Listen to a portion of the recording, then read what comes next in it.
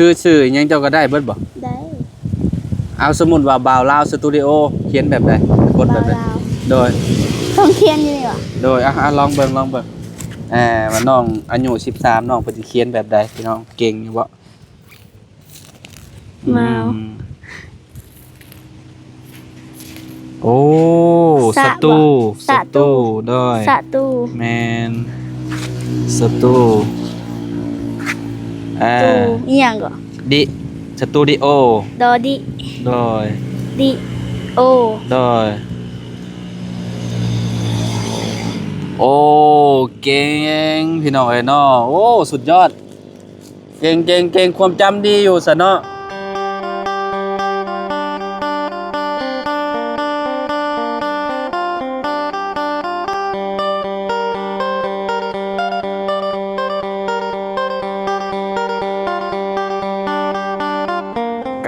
สบายดี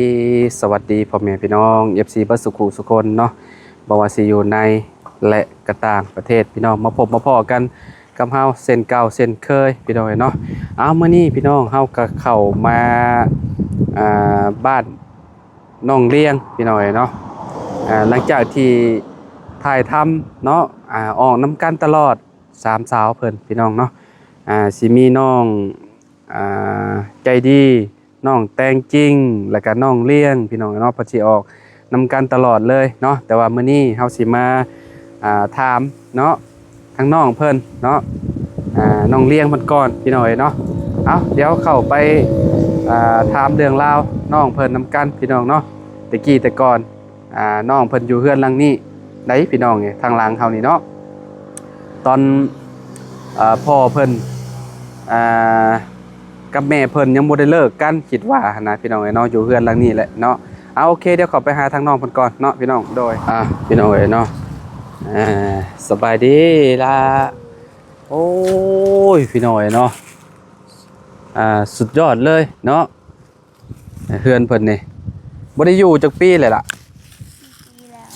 ตอนนั้นเนี่ยเนาะ4ปีแล้วบ่โดย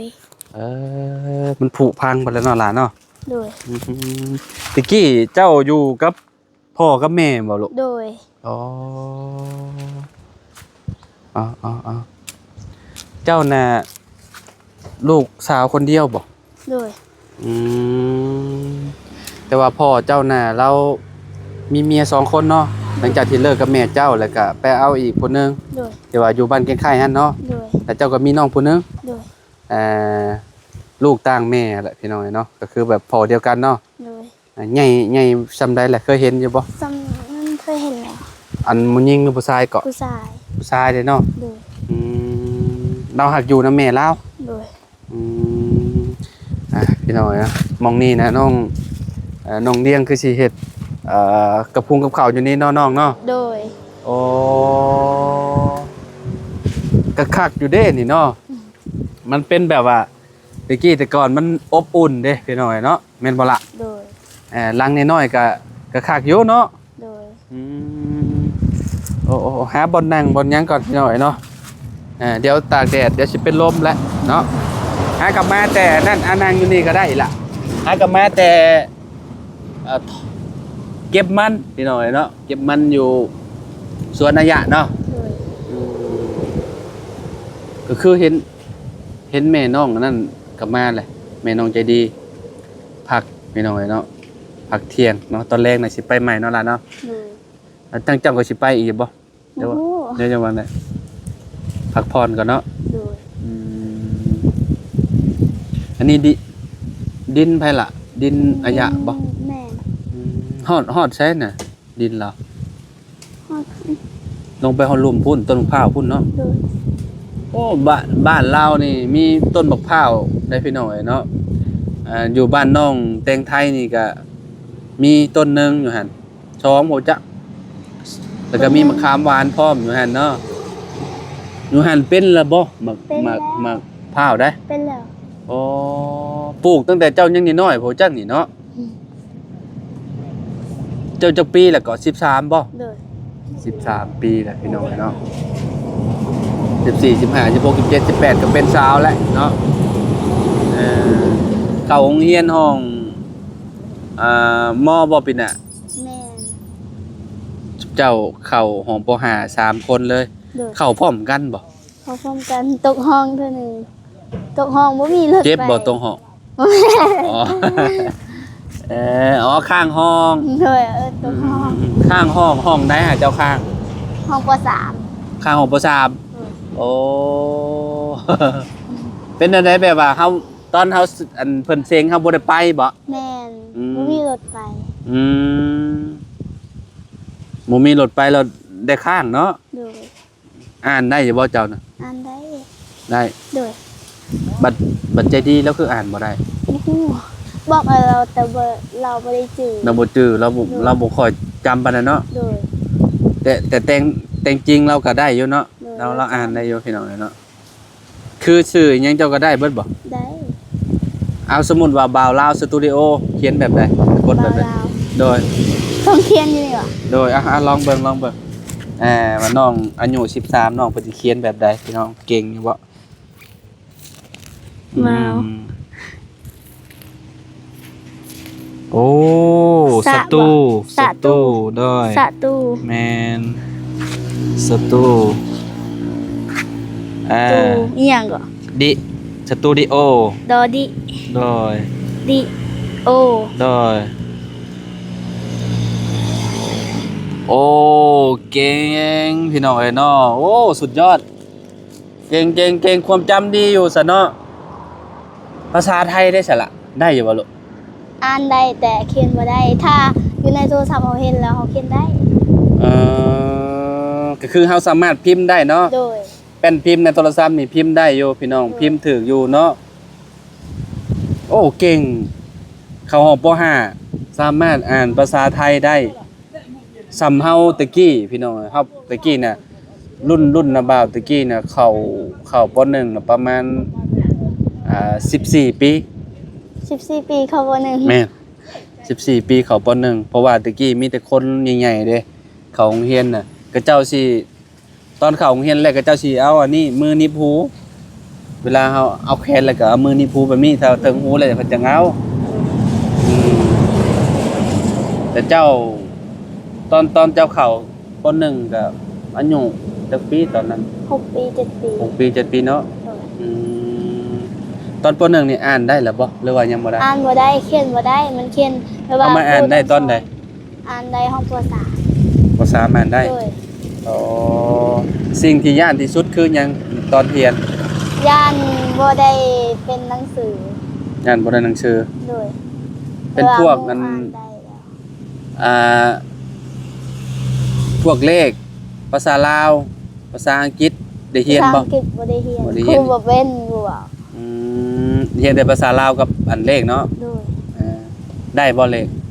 ได้ 1 บวก 1เป็นเท่าใด สอง ง่ายโพดเนาะ10บวก10 10 โอเค โอ้ เก่งอยู่ซะพี่น้องเนาะในครูก็ห้องออกอ่านอยู่บ่ โดยห้องออกอ่านถ้าไปเป็นแล้วก็บ่อ่านอ่านเป็น ไปเป็นแล้วก็บ่อ่าน ต้องสอนคนที่บ่เป็น คือเจ้านี่เป็น โดย ก็คือน้องเลี้ยงนี่เบิ่งเล่านี่คือสิสลาดอยู่พี่น้องเนาะการเว้าการจาเราหั่นน่ะแต่ว่าเราเก่งหั่นนะพี่น้องเนาะ แต่ว่าน้องใจดีเนี่ยเราบ่กล้าแสดงออกปานใดเนาะเราแบบเรายังขี้อายอยู่เนาะเจ้าเคยเบิ่งทีมงานน่ะบ่าวบ่ เค เจ้าว่าเจ้าติดตามเบิ่งคลิปช่วยเหลือนี่บ่ แม่ อืม เห็นเขาช่วยเหลือก็เบิ่ง เบิ่งแล้วจังจื้อเนาะเมื่อวานนี่น้องเพิ่นยังฮู้จักเลยน้องนิวกับบ่าวยาวพี่น้องเนาะแสดงว่าน้องเพิ่นเบิ่งประจำอยู่ ซองอ้ายน้องก็เบิ่ง ฮะ ซองอ้ายน้องก็เบิ่ง ซ่องข่อยนี่ โดย เอาเจะเบิ่งในในแฟนเพจหรือใน YouTube เฟซ ในเพจ โดย อ้ายเฮ็ดเกี่ยวกับหยัง ช่วยเหลือคน อ๋อชื่อซ่องบ่าวลาวนี่นะเห็นซะบ่ โดย ว้าวแท้ แท้เห็นแท้ เอ่อในทีมงานนี่คือเบิ่งเกือบทุกคนบ่ แม่น อืม แต่ เบาเพิ่งบ่ได้เห็นคลิปเรา บ่เคยเห็นบ่เพิ่ง โดย อ๋อแสดงว่าบ่เพิ่งเราบ่ค่อยได้ลงแผ่นเพจปานใดตะกี้น่ะบ่าวก็ลงดูโอ้กูมื้อนี่บ่ค่อยลงปานใดนะ ลงใน YouTube น่ะ แม่มีแต่ลงแต่ YouTube แฟนเพจน่ะบ่าวบ่ค่อยได้ลงแบบว่ามันบ่มีรายได้หรอกบ่ได้ลงในแฟนเพจพี่น้องเนาะมีแต่ลงแต่ YouTube อย่างเดียวแล้วก็โดนๆจังลงเทื่อนึงอันแฟนเพจนะเจ้าเบิ่งทีมงานมาดนเติบแล้วบ่ โดนแล้วตั้งแต่มีโทรศัพท์ก็เห็นทุกมื้อ อ๋อ บ่คิดเลยว่าสิมาพ่ออ้ายกับบ่เตียง บ่คิดว่าสิได้มาเจอทีมงานจุมข่อย โดย อืมเบาเตียงกับเบาลี่ได้เข้ามาครั้งแรกเนาะ โดย เจอชุมเจ้าอยู่ไส เราเจอแตงจริงกับเจดีเราไปซ้อนห้อยอยู่อันนั้นอยู่โรงงาน อืม แล้วก็พากันเมื่อแล้วก็เราก็สัมภาษณ์ ตะกี้ชุมนาบ่าวเข้ามาบ้านบ้านนี้ยังนี่นะบ้านน้องมอมนี่ บ้านน้องแดงว่ะ แม่นบ้านน้องแดงนะเข้ามาตั้งแต่ปี2000ได้แล้ว3-4 ปีที่แล้วที่เข้ามาบ้านน้องแดงเข้ามาถ่ายน้องมอมตอนนั้นน้องมอมเพิ่นกำลังเป็นสาวเด้ตอนนั้นพี่น้องเอ้ยเนาะก็โดนเติบแหละเนาะครับตอนนั้นชุมน้องน่าสิยังน้อยอยู่เนาะประมาณ10 ปีเนี่ยบ่จักตอนนั้นเนาะ แต่ปี9 ปี เนาะประมาณนั่นแหละเนาะ ตอนนั้นบ่เลิศหรือบ่อีหยังก็ ฮะ ชื่อเหลือเราสมอมค่ะซื้อรถให้อะ อ๋ออันจักบ่าวยังไงนะบ่าว บ่รัดหรือบ่รถ บ่จื้อนะเจ้าก็เบิ่งบ่ เราไปอยู่เพื่อนนี่แหละเราชื่อเหลือเราเว้าเราถ่ายคลิปซื่อๆนะ เคยมาถ่ายคลิปจุมเจ้า โดยถ่ายคลิปเทื่อนึงแล้วก็บ่มาอีกบ่เห็นหน้าเลย เคยมาถ่ายจุมเจ้าอยู่นี่บ่ โดย ถ่ายแต่เจ้านี่บ่ โดย แต่ว่า ตอนนั้นอยู่ น้อง เกาหลี แต่งจริงกับน้องนั้นบ่ยังบ่ได้ออกเทื่อบ่ เคยออก เรายังบ่ได้ถ่าย บ่เคยออกคลิปบ่ บ่ เจ้าเคยออกเทื่อนึง โดย น้ำซ่องไปก็ ซ่องเบาอีหยังว่ารถ บ่าวรถ บ่รัดอีหยัง บ่าวรถหรือบ่าวลัดนี่ บ่ฮู้ นั่นแหละนะบ่าวก็บ่ได้ติดตาม เรื่อง เพิ่นคือกันนะบ่าวก็บ่ฮู้คือกันเพิ่นเคยซอยหยัง ให้แต่เงิน10,000 กีบ อ๋อให้เงิน โดย10,000 ตะกี้แต่ก่อนเฮือนเจ้าปลุกแล้วบ่เดี๋ยวนี้ปลุกแล้วเนาะ ยังดีอยู่ ตอนที่เขาเจ้าเข้ามาถ่ายน่ะ แม่ ยังดีอยู่ยังงามอยู่ โดย มันให้กับมาเพบางช่วงพ่อเจ้าบ่อยู่นี่เนาะ แม่น 4 ปีที่แล้วพี่น้องเนาะเพราะว่าเพิ่นเลิกลากับแม่อันน้องอันนี้แล้วก็กับแม่น้องเลี้ยงแล้วก็เพิ่นก็ไปอยู่โรงงานประจำเลยเพิ่นก็บ่ได้คอยได้มาพี่เนาะน้องเลี้ยงเนาะ โดย ถามเพิ่นอยู่ตอนไปเก็บมันนะพี่น้องอันนี้เจ้าก็อยู่นำแม่ใหญ่อะแม่ย่าบ่ โดย อาย่าเจ้าชื่อหยังล่ะ ไส้ อาย่าไสชื่อไสบ่ โดยชื่อล่ะ อ๋อประตูก็แห้งๆอยู่แล้วว่า ประตูเจ้า เข้แล้ว เข้าแล้ว โดย แล้วอาญานี่เพิ่นก็บ่ค่อยแข็งๆปานนั้นเนาะ โดย เพิ่นว่าเป็นอีหยังก็เป็นนิ้วอ เป็น หยัง นิวมาคลา นิ้วมะไคลาง และนิวทองพิมพ์ อ๋อหลายๆอย่างเนาะลูกเราก็มีอยู่6คนแม่นบ่ โดย พ่อเจ้านี่ผู้ที่1เลยอืมคนกกเลยพี่น้อยเนาะแม่น้องอีหยัง กับผู้ที่ไปขายกล้วยนั้นผู้ที่2และกับแม่น้องจีดีและผู้ที่3 ใช้ผู้ขายกล้วยผู้ไปเมื่อกี้นี่นะ โดย อืมโอ้ทางอายะ สบายดีระยะเด้อให้น้ำบ่โดยเฮ็ดกินหยังน่ะ ไก่พอดรถ ที่ว่าพอดรถน่ะบ่เมื่อวันจันทร์ไปเข้าโรงเรียนพี่น้อยเนาะไปเข้าโรงเรียนกับบ้านอีหยัง นันสกี บ้านสกีก็ใกล้เติบเลยพี่น้องแต่ละมื้อซุเพิ่นย่างไปนี่ประมาณได้ละหลัก2หลักเนาะ2หลักโหจักพี่น้อง2กิโลพุ่นละเพราะว่าผ่านบ้านน้องแดงไปได้เนาะบ้านน้องม่อมนี่นะขึ้นไปพุ่นสกีตัวใดสกีใหญ่นี่บ่ โดย อืมก็มีรุ่นสำเจ้านี่ยังมีอยู่บ่เขาโรงเรียนป นี่ .5 สำกันได้ โดย คนบ้านนั่นแหละติ แ บ้านสกีคุณไกลติดบันดง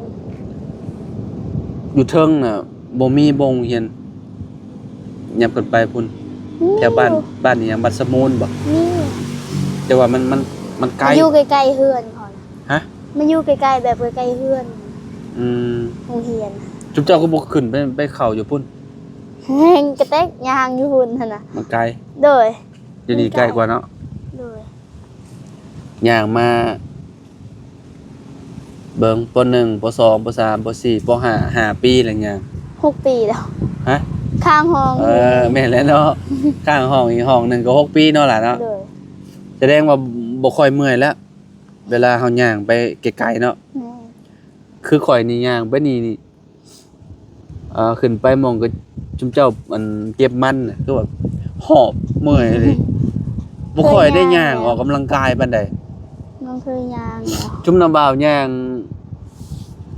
บ่ได้ไกลนะพี่น้อยเนาะย่างไปฮอดเฮือนหลังนั้นก็เมื่อยแล้วหอบแล้วพี่น้อยแต่กี้บ่มีรถถ้าแม่นอยู่ย่างคือกันกับเจ้าแหละเข้าโรงเรียนก็เข้าบ้านอื่นห้องมอนี่ คือบ้านนาบ่าวนี่บ่มีนี่ก็ต้องขี่รถถีบไปเข้าอีกบ้านหนึงประมาณ 3-4 กิโลขี่รถถีบไปเรียน อายุใครแน่มีรถถีบน้องยาง มี รุ่นข่อยน่ะมีรถถีบอะรถถีบสแตนดาร์ดอะรถถีบสแตนดาร์ดเจ้าบ่ฮู้ดอกรถถีบสแตนดาร์ดแบบว่ารถถีบรุ่นเก่าๆอะรุ่นตะกี้แต่ก่อนน่ะขี่ไปแบบบ่ได้มีรถจักรอะนะก็คะแนนเฮาบ่มีเฮาก็ย่างคือกันนั่นแหละย่างแต่เช้าๆตื่นตั้งแต่ 4-5 โมงเนาะเพื่อเฮาย่างไปฮอดโรงเรียนนั่นน่ะตะกี้แต่ก่อนบ้านเขาก็บ่ได้แตกต่างหยังกับบ้านเจ้าแต่คือกันนั่นแหละมันบ่ได้อันนั้นพี่น้องเอ้ยแล้วมันบ้านน้องผัดมีภูเนาะบ้านนาบ่าวผัดเป็นทงเพียงยามนาเฮ็ดนาอยู่บ้านข่อยเฮ็ดนาเด้ดำนาเด้ บ้านน้องเฮ็ดให้ บ้านเจ้าเฮ็ดให้ทางเป็นอยู่บ่ให้ เป็นอยู่ หึ เป็น เป็น โดย อืมเดือนใดก็เจ้าปลูกข้าว เขาเดือน เดือนหกเจ้าก็บายบ่ ใกล้ ปลูกเป็นบ่เจ้าปลูกเป็นบ่เจ้าทางให้ก็เป็น โดย เจ้าเคยไปทางบ่ เคย บ่แท้ แท้เคย ตอนเจ้าอยู่กับแม่กับพ่อเจ้าจุมเจ้าก็อันกินต่างหากบ่ได้กินร่วมกันกับแม่อายะบ่ เป็นตั้งห้าง ก็คือมันกินอยู่พี่เนาะ ด้วยถ้ามีอาหารก็แบ่งกันกิน เพราะว่าอยู่ใกล้ๆกันนี่เนาะ ด้วย พี่น้องเนาะแบบว่าจุมเจ้าไปทางให้แต่ละปีได้เท่าใดช่วงนั้นช่วงจุมเจ้าอยู่นํกันเนี่ย แปลว่าเขาทางนํกัน เขาไม่ย้ายเฮือนอยู่ซื่อๆแต่เขาทางนํกัน ทางนํกันยังเห็นยังไม่ใหญ่อยู่ โดย อืมเจ้าคือเว้าลาวชัดเจนแต่อยู่ในโรงเรียนแบบไอ้ครูเป็นคนลาวบ่ล่ะเพิ่นสอนภาษาลาวบ่ เป็นคนพูดไทยแต่เราไม่ได้สอนภาษาลาวเราบางทีเราก็เว้าภาษาลาวเทิงแน่ เราสอนผู้ไทยแน่ โดย อืม รู้ภาษาลาวแน่ภาษาลาวเทิงเราก็ฮู้ ครูนี่ซ้ำใดอายุ เฒ่าแล้ว เฒ่า 50 ปี 50 ปี โดย ใจดีบ่ ใจดี อืมอ๋อบางทีเพิ่นก็เว้าลาวเทิงบางทีเพิ่นก็เว้าผู้ไทยบ่ โดย บางทีก็เว้าลาว โดย เว้าแบบ2-3อย่างเลย แม่นเวลาเราบ่เข้าใจเราก็อธิบายให้ อธิบายเป็นภาษาชุมเจ้า เป็นภาษาลาวแปลว่าเราว่าอีหยังภาษาลาวเทิงนี่เราก็บอกว่า อืมอยากเป็นอยู่ในครูนี่พี่น้องเอ้ยแล้วมาสอนน้องๆเพิ่นเนาะ เออแม่เจ้าก็มาเยี่ยมเด้อจะบ่ล่ะ บ่ได้ เจ้า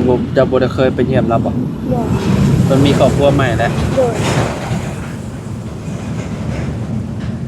เจ้าเคยไปบ่บ้านปู่บ้านย่าเจ้า บอก ไอ้บ้านแม่เฒ่า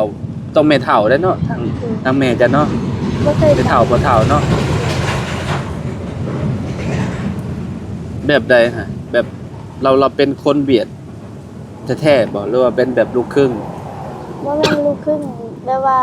คือเขาเอิ้นแบบมงเวียดหั่นน่ะ อ๋อต้องข้ามไปเวียดบ่ โดย บ้านที่แม่เจ้าอยู่หั่นใด โดย แต่ว่าเสื้อสายเวียดบ่ได้มีหรือว่ามี แล้วเราเอาผู้เวียดแล้ว ตอนนี้พวกเวียดแล้ว โดย อืมเจ้าว่าเวียดได้บ่ พ่อหน่อยหนึงพูดแต่กินข้าวกับกินน้ กินข้าวว่าแบบใด ำอันเกิม อันเกิมแล้วมันยังอีกบ่ กินน้ำอันเลือก อันเนือกอันเกิมกับอันเนือก โดย เท่านั้น เขาเอิ้นเงินน่ะเตียน เตียนยังอีกบ่นะเท่านั้นบ่ โดยฮู้อยู่ถ้าเขาเว้าแล้วก็ฮู้อยู่ คะแนนเวลาเวียดมาสื่อสารกับเจ้าว่าได้บ่ ได้เวลาเขาให้คายกล้วยก็คายได้ ขายนำคนเวียดนี่นะ โดย ให้เว้าได้หลายนี่ก็ต้องไปเรียนนะเนาะ โดย เอาต้องไปเรียนสมมุติว่าให้เจ้าเรียนภาษาเวียดเจ้าก็กล้าว่าสิเรียนได้บ่ บ่ฮู้คือกัน มันต้องไปเบิ่งก่อนเนาะ โดยบางทีมันก็บ่จื้อเด้ แต่ว่าคนเวียดมาก็ว่าแล้วมาเรียนภาษาลาวเฮามันผัดง่ายนะพี่น้องเอ้ยเนาะเห็นแต่ละคนก็เจ้ามาอยู่นะมาอยู่ลาวนะเว้าลาวก็เก่งพี่น้องเอ้ยเนาะประเทศที่ว่าเว้ากันรู้เรื่องที่สุดก็คือแบบประเทศลาวกับประเทศไทยพี่น้องเอ้ยเนาะบ่ได้ยากอันนั้นน่ะสื่อสารกันแบบว่าง่ายๆเลยเนาะเว้าภาษากลางก็รู้เรื่องพี่น้องเอ้ยเนาะแถวนี้ก็เบิ่งละครมีแต่ละครไทยเนาะ แม่น แบบว่าอยู่ในโทรศัพท์ก็มีแต่อันซีรีส์หนังสั้นก็มีแต่ของไทยบางทีก็ของเวียดก็บ่ค่อยเบิ่งแล้วเนาะล่ะเนาะ ห้องเวียนเฮาบ่ฮู้ภาษา บ่ฮู้เพิ่นเด้เนาะบ่ฮู้ภาษาเพิ่นเลยก็เบิ่งก็บ่ม่วนนี่เด้เนาะระหว่างละครไทยกับลาวจะเบิ่งละครใดลาวกับไทย ไทย เบิ่งไทยหลายกว่าเลย โดย เบิ่ง เบิ่งลาว ในทีวีในโทรทัศน์นี่ก็เบิ่งไทยบ่ แม่นแต่บ่มีโทรทัศน์ แม่นบ่ แม่น ตะกี้มีบ่ มีแต่เป็นเพแล้ว เพ มั บ่แล้ว บ่มีไฟบ่มีหอดไฟฟ้าใส่แสงตะเวนเอา เอาซุมเจ้าบ่ได้เข้าไฟบ่เพื่อนอาญา บ่ เจ้า บ่มีเพราะว่ารังเพื่อนมันน้อยมันมีน้อยเขาเลย เพิ่นก็เลยบ่ได้ดึงมาเนาะ เพื่อนรังตัวนั้นเขาอันนั้นจุสุมพาดแบบอ้ายนี่แหละเฮ็ดให้ อยู่ไสก็ ชื่อเพิ่น มีไฟ เฮ็ดให้เฮือนหลัง มีไฟบ่ มีไฟฟ้า เอ่อมีไฟฟ้าเข้าอยู่พุ่นเนาะอยู่ยับขึ้นไปพุ่นน่ะสิเป็นบ้านน้องแดงพี่น้องมีไฟฟ้าอยู่พุ่นพี่น้องเนาะแต่ว่านี่มีแต่ลักใหญ่ๆเนาะล่ะเนาะมีแต่ลักอันใหญ่ๆนี่พี่น้องพวกดึงขึ้นไปพุ่นแลสุดฮอดชายแดนพุ่นแหละเนาะน้ำทุกน้องเพิ่นก็กินอยู่นี่เนาะอันนี้มาแต่ภูเลยแม่นบ่ล่ะ มาแต่ผู้ โอ้คักอยู่ได้พี่น้องเนาะน้ำสะอาดเนาะบ่ได้ยากใช้ไฟฟ้านี่เนาะเดี๋ยวมันสิไหลมาแต่พูเลยพี่น้องเนาะสิกินอยู่นี่เลยเนาะล่ะเนาะน้องเรียนเนาะ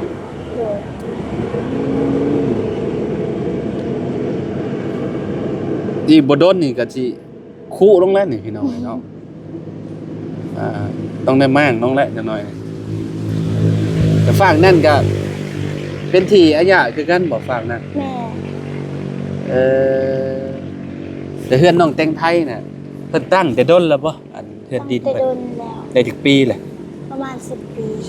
ฮะ 10 ปี20ปีอะ อันนั้นหาได้ นี่ อันเสาอันนั้นหาได้ เสาเท่านั้นบ่10 ปีแล้ว เสาดินตั้งไว้หาได้ เพื่อนว่าสิเฮ็ดไม้นี่บ่ แม่นี่น้ำมองเสาดินที่เพิ่นตั้งขึ้นใหม่นี่ 10 ปี ฮอด10แล้วบ่ โดย10 ปีแล้ว ป้า เพิ่นบ่มีปัญญาเฮ็ดแล้วก็บ่ปะไว้นั่น แต่ว่าเพิ่นอยู่เพื่อน ข้างหลังแม่นบ่ แม่ เรือนข้างหลังเนาะพี่น้อยเนาะชีวิตน้องมันก็น่าสงสารอยู่พี่น้อยเนาะยังดีแต่ยังมีอันทางอาญะอยู่เนาะเนาะล่ะเนาะถ้าบ่มีอันอาญะนี่ก็โอ้ยพี่น้อยเนาะก็สิเป็นจังได๋แหละน้องเรียนก็ได้พอก็คือที่ฮู้แหละเนาะเราก็คนโสดเนาะพี่น้องเอ้ยเราก็พุ่นแหละอยู่ห้องงานพุ่นแหละไปโรงเรียนแต่ละมื้อได้เงินจักบาทใช่ละอันนี้เงินจักพันเพิ่นให้ 5,000 อาญะให้ 5,000 อาญะให้มื้อละ 5,000 โดย บบ างทีบ่มีก็บ่กิน บ่มีก็บ่กิน โดย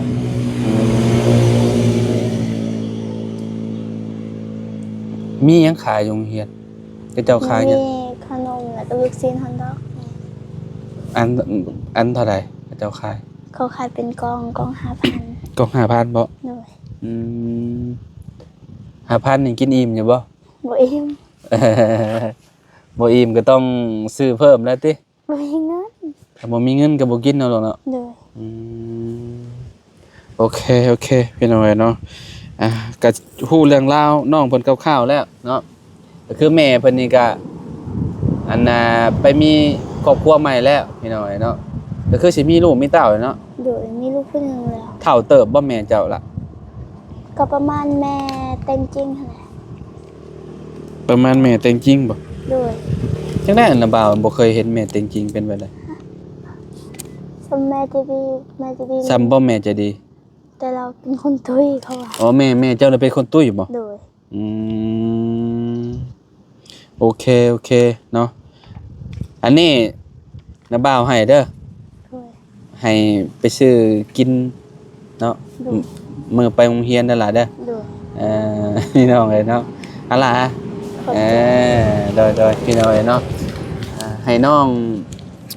เลี้ยงเพิ่นพี่น้องเอ้ยเนาะมื้อไปเข้าโรงเรียนเพื่อเพิ่นอยากน้ำอยากในเนาะเพิ่นก็ถือว่าเป็นเด็กน้อยผู้หนึงที่ว่าเพิ่นขยันพี่น้องเอ้ยแล้วมายามใดก็ไปแต่ซอยอายะตลอดเลยพี่น้องเอ้ยเนาะบ่ค่อยได้อยู่เนาะล่ะเนาะ โดย คะแนนว่าชุมเจ้าบ่เฮ็ดอันนี้ชุมเจ้าไปหยังแต่ละมื้อ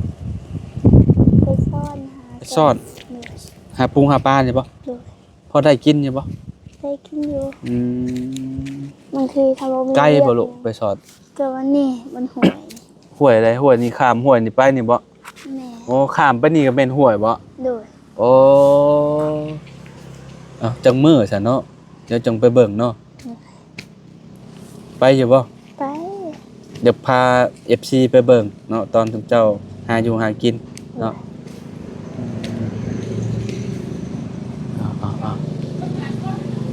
โอเคนะบ่าวไปปะเด้อ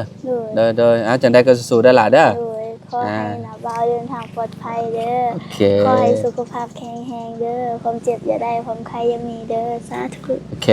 ขอบใจหลายๆสู้ๆพี่น้อยเนาะเมื่อหน้าจังว่ากันอีกพี่น้อยเนาะเดี๋ยวมาพูดคุยกับน้องเพิ่นน้องเลี้ยงพี่น้อยเนาะก็สิวนเวียนแถวนี้แหละพี่น้อยเนาะบ่ทายน้องเลี้ยงก็สิน้องใจดีบ่น้องใจดีกับน้องแต่งอยากใส่ชื่อแต่แต่งไทยตลอดพี่น้องแต่งจริงเพิ่นเนาะอันนี้แหละสามสาวเพิ่นเนาะบางทีก็สิแบบถ่ายแยกแน่พี่น้องบางทีก็ถ่ายรวมกันแน่เนาะแต่สิมีประมาณนี้แหละเนาะล่ะเนาะ โดย โอเคสบายละพี่น้องเนาะสบายดีเด้อสบายดีเด้อพี่น้องเด้อเนาะ